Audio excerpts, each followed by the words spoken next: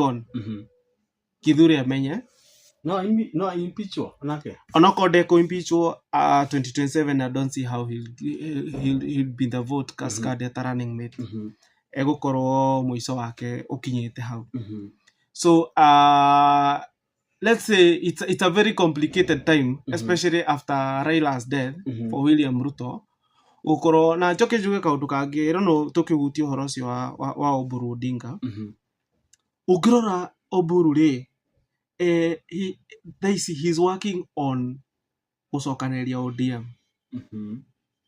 He's working on todo nona juzi after Raila's death ni haina pressure nene muno ya kuigata andu megwitwo Sifuna na Babu todo they have been speaking against the majority of the other ODM members.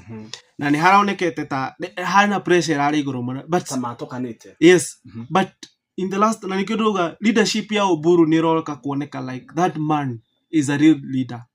Todo thaisi ni hotete gucokia Babu. Of course they know how much they need him in Nairobi. Na Sifuna.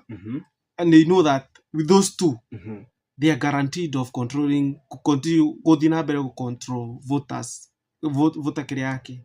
So Oburu re thaisi I think what he is focusing on ni koba gucokaneria ODM amereheke ndigatukane because tena kinya ni atukana ni yaga hinya. And that's why ru raigwa kianjia kuheana kiria kiugia atiriri we want a DP position.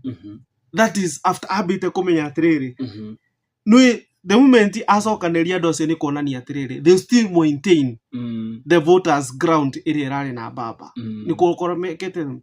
So nionie the other day marari na